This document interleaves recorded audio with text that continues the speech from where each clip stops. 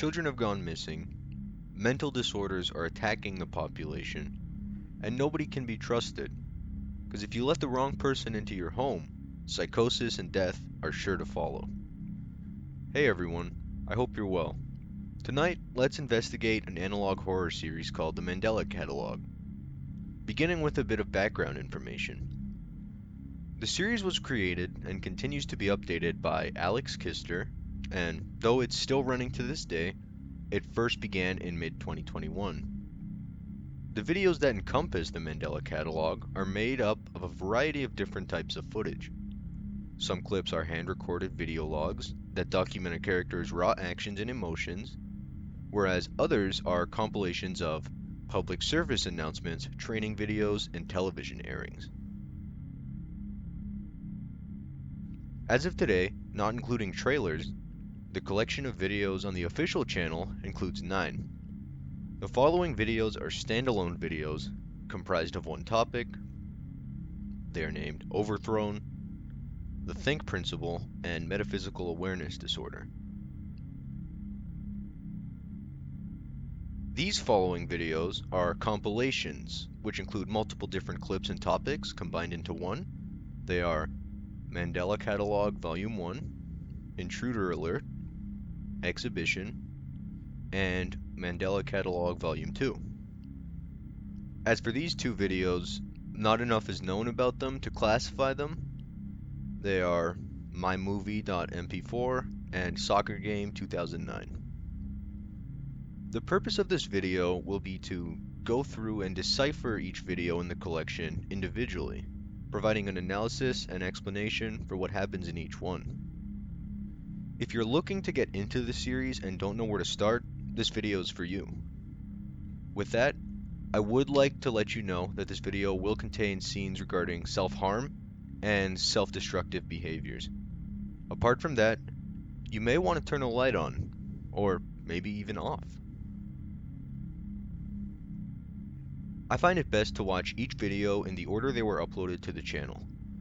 This means we kick off the first video, which is named Overthrown. Overthrown begins with an excerpt from a religious cartoon documenting the birth of Jesus Christ. The news being delivered to the shepherds through an angel.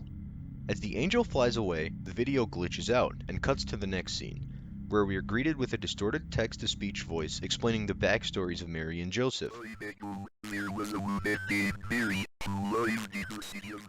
The narration says Mary received a message from an angel whose name is censored out. The angel is shown with a distorted face for a few seconds before its face is blacked out. We then hear the angel whisper out a distorted phrase. The closed caption of the video contains binary code that, when deciphered, states, "I am the one true savior. I must reverse the delusion. Joseph is next." We cut to Joseph sleeping in bed. A distorted angel watching him from the window states that he will fool the shepherds and know their greatest desires and fears, and tells Joseph to wake up. The shepherds are then shown in a field, and the sky fades from blue to black. The angel appears and tells the shepherds not to be afraid, before its face is unblurred and is distorted. An excerpt from a poem appears on screen, before the following words are shown in the sky. "Can't you see? Such weak minds. I am bound to chains on my ankles that grow heavier with every step. The infinite amount of sand will be my tomb, and my foolishness will be my legacy. If there is a God, please help me." Being that this is the first video in the series, not much can be taken from its events just yet, but it will be revisited after more is revealed. The second video in this list is the Think Principle. It is a PSA from the United States Department of Temporal Phenomena, and states that the world is under an unforeseen threat known as alternates. People are told to stay home and arm themselves. Alternates are told to be identified as a being that either looks identical to you or someone you know, or a being with a biologically impossible characteristic. People are instructed to refrain from making any contact with alternates unless they attempt to execute them. Viewers are instructed to follow the Think Principle. T. Tell an authority figure about the encounter. H. Hinder the alternate's movement. I. Identify the class type. N. Neutralize the alternate if safe to do so. And K instructs the viewers to, well, it's pretty self-explanatory, as there's not enough room for the two of us. The video cuts and K is replaced with know your place in reality. The following types of alternates are shown. Type 1, doppelgangers, alternates that look identical to you or someone you know. Type 2, detectable, only a picture of the angel from Overthrown is shown. Type 3 doesn't have a name, but we can take that they are beings with a so-called biologically impossible physical characteristic. The video cuts to a dark bedroom, and as the light turns on, we see what is assumed to be a Type 3 alternate before the video ends. Let's recap. Starting with what we've learned to explain Overthrown, from what we've learned, we can assume that the unknown angel with the distorted face is an alternate. The original angel has been overthrown by this alternate, who has now begun to deceive and take advantage of the human race. This means that the existence of alternates has not just been around for a few years, but instead since the beginning of time. At the end of the first video, the words on the screen told of weak minds who were trapped, as well as pleading to God for help. The weak minds are that of humans, and the pleading for a god implies that the world is being overthrown, with no higher power to help people. As for the think principle, its story is less abstract and more straightforward. We are informed on the existence of alternates, what to do if one is encountered, how to identify one, and how to act accordingly. In the think principle, where K tells us that there's not enough room for the two of us, it can be assumed that this message has been altered by an alternate before the original message is shown. The third video in this list is the Mandela Catalogue Volume 1, and it's a compilation of clips. The video begins with the previous Think Principle PSA, which is exactly the same, except for one part. The classification of a Type 2 alternate is removed entirely. Interesting. After this, we are met with two people, briefly referred to as Victim 1 and Victim 2, before we learn their names are Mark Heathcliff and Cesar Torres. A phone call ensues between the two of them. Cesar tells Mark that he is driving his mother to the ER as he heard her scream and found her knocked out cold. He asks Mark to go to his house to check the security cameras. Mark hesitates, but agrees, and as the call ends, Cesar asks Mark to get a good view of the back hallway, before the video glitches and Cesar's face is replaced by a distorted one. A dashcam footage is shown as Mark drives to the home, and the views of the cameras at the home are shown. The cameras only activate if motion or sound is detected. We see that originally the doors are closed to the house before they are mysteriously opened. The following occurs. Who are you? Get away from me! No!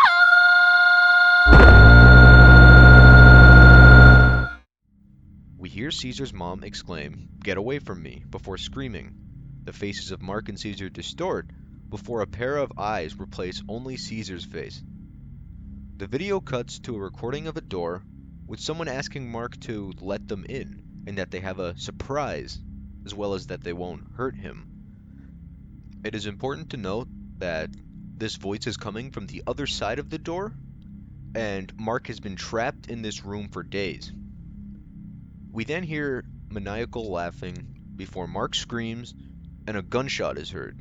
We hear footsteps and come face to face with possibly an alternate, the same one that was behind the door tormenting Mark.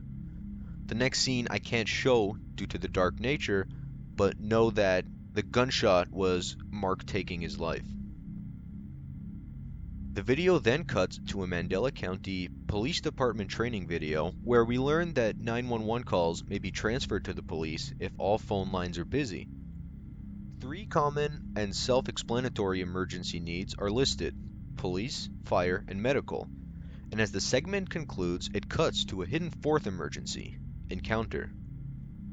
Responders are instructed to reassure the caller that help is on the way, even though nobody is coming, and try not to reveal their fear. When the person on the other line stops responding, the police are given all clear to hang up, and it's repeated that nothing is worth the risk. After this, a toddler stress assessment segment begins, where viewers are instructed to document their toddler's reactions to common sounds, such as nature and laughter. Text then appears that says, "Daddy didn't tuck me in," and "There's a man in the closet," before the pages of a book are shown. The book, called The Scary Night, is written by a child named Mark.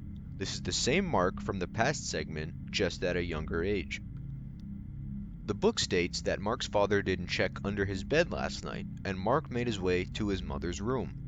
He heard knocking on the door, and as he walked to the room, he saw a man in the corner. There is a shift of tone, as the final page of the book exclaims, "Then I fell asleep. The end." The toddler stress assessment resumes, this time asking parents to document how their toddler reacts to pictures. The photos are simple, like a cat, a balloon, a family, and then a door by the stairs, and a photo of a man, a shadowy figure. This concludes Volume 1, so now let's go over everything we just learned, because it was a lot. First off, we're introduced to two main characters and learn that one of them, Mark, is going to check the camera at Caesar's house.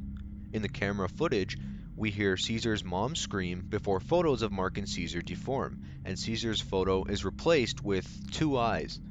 We hear Mark being tormented by an unknown voice for days before he can't take it and ends his life.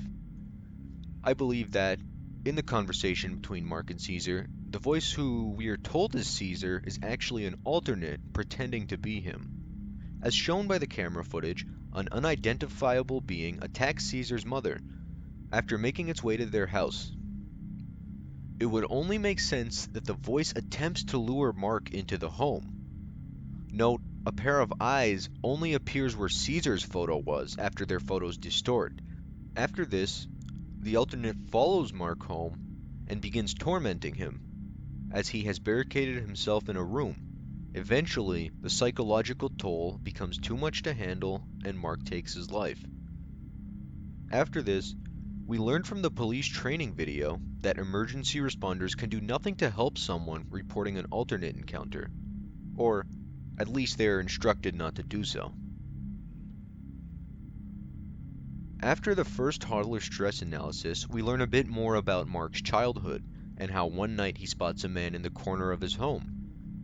When the toddler stress test resumes, we are shown a photo of the door by the basement stairs, which Mark said scared him in the book. We are also shown the photo of the shadowy figure, which is the man that Mark saw in his home. The fourth video, Intruder Alert, is much shorter than the last and is more similar to the first two videos in topic and length.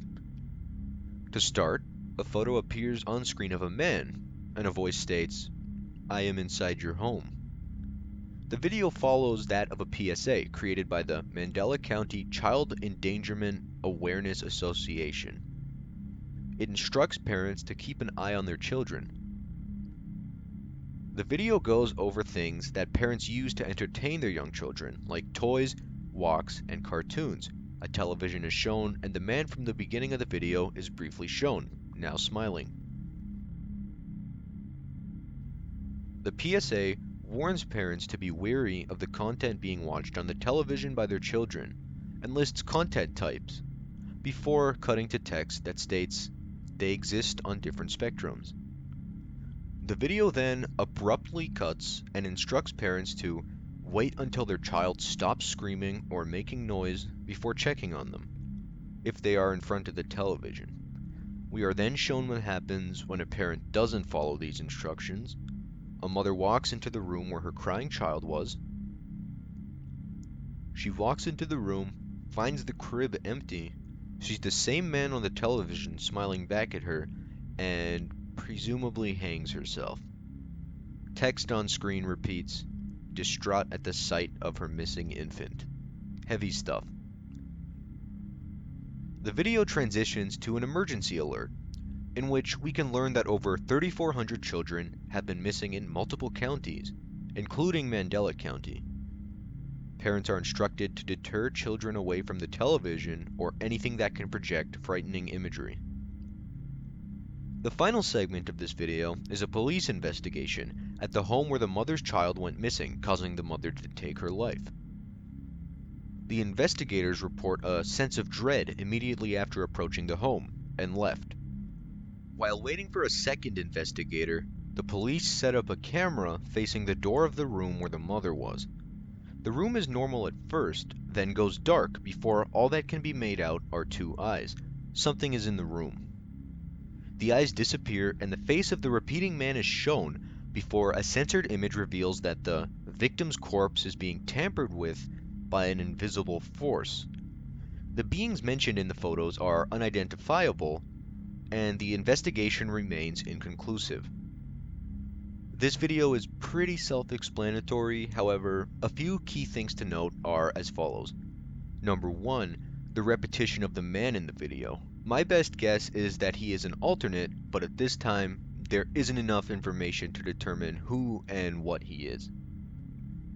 Number 2, many children across different counties have gone missing in relation to certain graphic imagery being shown on TV. Parents are instructed to keep children away from forms of media. The fifth video in the series, Metaphysical Awareness Disorder, is another PSA, documenting a common sickness suffered by many in Mandela County. The disorder itself is described as a fatal mental illness. The disorder is contracted through the exposure of information that's not desired to be known, and it has a death rate of 97%, with the cause of death almost always being suicide. We are then shown how one contracts metaphysical awareness disorder. A person stands on the screen when another figure, presumably an alternate, starts speaking to the person before disappearing. In order to prevent the development of MAD, people are instructed to avoid excessive religious practices and unnecessary philosophical beliefs. We are then told that the final way to prevent MAD is to check up on loved ones, but the video instead instructs us to avoid opening our eyes when the man that was once in the corner of the room is now inches away from our face, watching. This video is short and sweet, and everything it has to offer is covered in the summary of its contents. We can now infer that MAD can be spread through communication with alternates. This could possibly have been what Mark suffered after checking Caesar's home, and this is most likely what the baby's mother suffered in the previous video. It is also interesting to note that people are told to avoid religious practices, and at the beginning of the series we learn that religious figures may not be who they seem. This furthers the idea that the alternates may have overthrown religious figures and angels as far back as thousands of years ago. The sixth video in this series is called Exhibition. Beginning with a busy dial tone and some old music, it is worth noting that the distorted music in the background of this segment is the same music playing from the TV in Intruder Alert before the baby's mother takes her life. The video transitions to another segment of religious cartoons from the first video in the series. As Noah walks out into the night, a knocking is heard from the sky, and the sky turns black. For a few seconds, the words Type 2 Detectable are superimposed on the screen. The video cuts to black before an old photo is shown on screen. A police investigation tape begins playing, supposedly documenting a 1992 altercation involving Heathcliff V? Heathcliff? Possibly someone related to Mark. We learn that the investigation takes place at 3:21 a.m. in Mark Heathcliff's bedroom. A photo of the bedroom doors are shown, and what looks like a figure can be seen faintly past the door. Footage from a camcorder shows somebody driving to a church in the middle of the night. Heavy breathing can be heard from the cameraman. The video cuts back to the figure inside the room, switches to a photo of a window, and back to a darker still of the room where the figure is no longer present. A flashlight is shown moving around the room. The open door looks to lead to that of a closet. A door is opened, leading to a flight of stairs.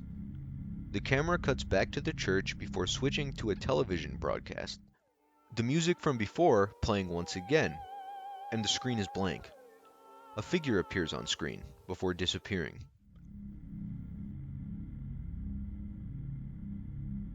Text on screen states that Heathcliff has been paranoid for a prolonged period, and the video switches back to the religious cartoons, documenting the creation of Noah's Ark. The footage begins switching back to each time the alternate angel was shown, before we are met with it once more. Why do you try to escape what you fear, Noah? You will be punished for resisting my message. The angel states that Noah will unknowingly bring an unknown creature on the boat and that it will give him a message. A Bible verse is shown in closed captions. And no wonder, for Satan disguises himself as an angel of light. The video ends with a PSA, once again from the Department of Temporal Phenomena, warning viewers to contact authorities immediately if you or someone you know has been exposed to analog television. The video mentions the recently issued Television and Mirror Destruction Order. Let's recap. The only example of a Type 2 alternate thus far is the angel, hence the Type 2 text on the screen when showing Noah's Ark. I can only assume that the photo of the child is supposed to symbolize Mark Heathcliff, but we don't have enough evidence to prove it. I believe that the 1992 incident the police investigation refers to is when Mark found the man in his room when he was 4 years old. This would mean V. Heathcliff is most likely one of his parents or guardians. The stairs shown in this section of this video match the stairs Mark described in the book he made as a child. The video after this is the teaser for Season 2 and features an unidentifiable voice praying to God for comfort and protection. Of my healers, and bless the means used. Followed by an intruder alarm. All of which are somewhat self-explanatory. The final direct plot video in the story is the Mandela Catalogue Volume 2. As this is the longest episode thus far, I will analyze it as it progresses. Like the first, it gives us more insight on the lives of people living in Mandela County. To start, we learn of Adam Murray and Jonah Marshall, two suspects wanted by the FBI on suspicion of being associated with the Bythorn Paranormal Society. Bythorn County being a neighboring county near Mandela County that is also suffering from supernatural occurrences. We see for a split second that they are victims 3 and 4. If we remember, victims 1 and 2 were Mark and Caesar. Adam begins a phone conversation with someone where we learn he works for a paranormal investigation business. The lady on the other end of the phone reports hearing her dead cat and may possibly believe it's an alternate. Adam and Jonah exchange banter, and as they begin preparation for the investigation, we learn their car has stalled. A slideshow of photos tells us that Adam and Jonah make their way into Mandela County, and further video recordings show that both Adam and Jonah are skeptical of the existence of alternates. Right? Half of me thinks that there aren't even alternates, and the mayor was just too stupid to just make that entire infographic. As the dashcam footage shows the car driving into the night, a wooden cross is visible just off the side of the road, possibly an example of a shunned upon religious practice. Jonah then states, I mean, they didn't have to outlaw these things, did they? Like, I doubt that guy's face could appear on something like this and, kill you. I don't know. possibly the face from Intruder Alert? Outlawing the GPS or entertainment system in a car would make sense, as it is a screen capable of broadcasting media. Adam and Jonah arrive at the house to begin monitoring the area, calling out to the supposed ghost cat. We learn that Jonah stays outside the house out of fear, and Adam goes inside the home alone. Adam stumbles upon a locked door. The camera switches back to Jonah in the car, the microphone now damaged for an unknown reason. A scream is heard from presumably the home, and the camera cuts out. The camera is now extensively damaged. The exposure to the blank causes a great increase in video corruption. The exposure to what? Possibly an alternate messing with the technology? Adam attempts to talk to the ghost when Jonah's voice screams, "Oh my God, behind you!" Shut up. The voice continuously repeats this phrase over and over again, as if somebody is impersonating Jonah. And then, Just forget.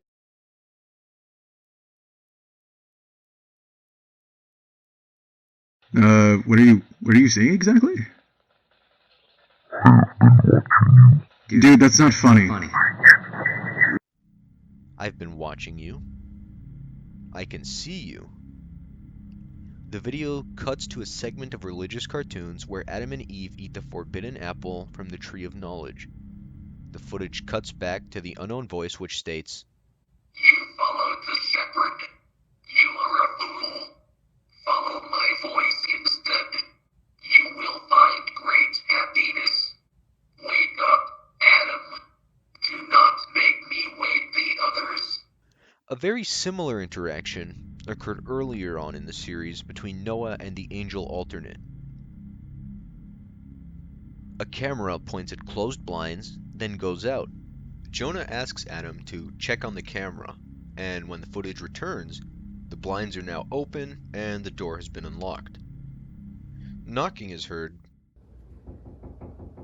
as photos are taken of a closed door. A door is heard opening, and another photo reveals the same door that was previously closed is now open. A third photo. The door is now wide open. And then, Open your eyes.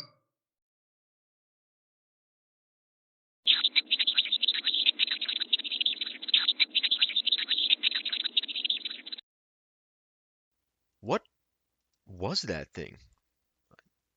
All I can assume is that some sort of alternate was on the other side of the door.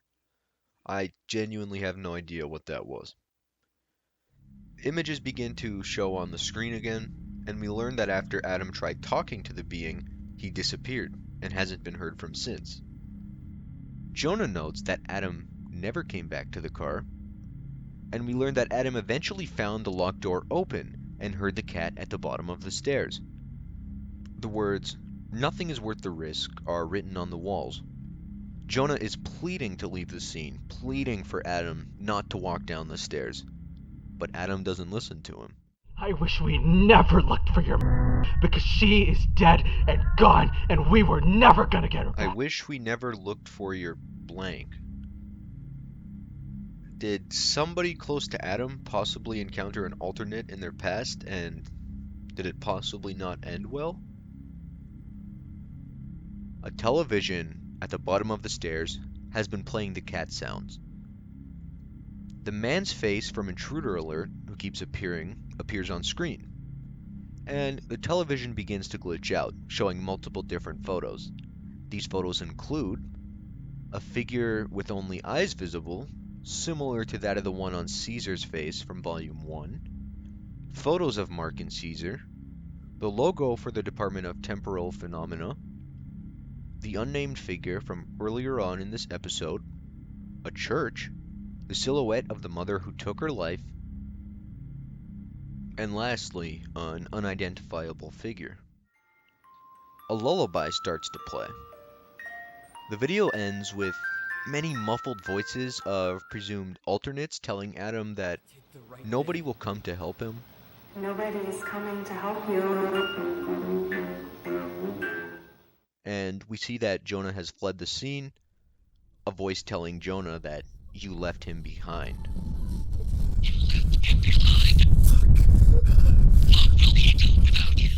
As Jonah progressively loses his sanity in the episode, the only assumption I can make is that he has begun suffering from MAD due to learning information he had not desired to know by staying at the scene rather than leaving. This leaves 2 short videos left on the channel titled mymovie.mp4 and Soccer Game 2009. The first, made to look like an old home video made on Movie Maker, documents a possible ghost sighting. At first, nothing is out of the ordinary until the video cuts to a dark hallway, followed by a still photo of a door. Doors from the house in Volume 2, to be exact, as shown by the cat hole on the bottom right side. Before the video ends, the door is opened. The second video, created in the same style, is a recording of a soccer game between Mandela and Bythorn County soccer teams. Like before, the regular footage cuts to a dark backyard. Sound starts playing. The video cuts briefly back to the soccer game, before switching to a camera zooming in on a hallway. The video ends here. And there you have it. The Mandela Catalogue tells the story of the existence of alternates, or otherworldly beings, and gives us an insight to how the people of this reality live in their day-to-day lives. The series is a great way to get into analog horror, if you're into that type of stuff, and I can't wait for more episodes to release, allowing us to fill in the gaps of knowledge. Maybe we'll learn about the origins of the alternates, as well as how they came about from the beginning of time. Other things that would be good to look forward to are the relevance and importance of the supposed male alternate who is directly tied with television and analog content, as well as the silhouette with the two eyes, or the undistinguishable figure that appears in the Volume 2 episode. Apart from all these, I believe that as the series progresses, we will learn more about the recent My Movie and Soccer Game uploads. Are they Mark Heathcliff's personal childhood creations? Is it an alternate being deterring us from the true story? We can only wait to find out. Thank you for watching.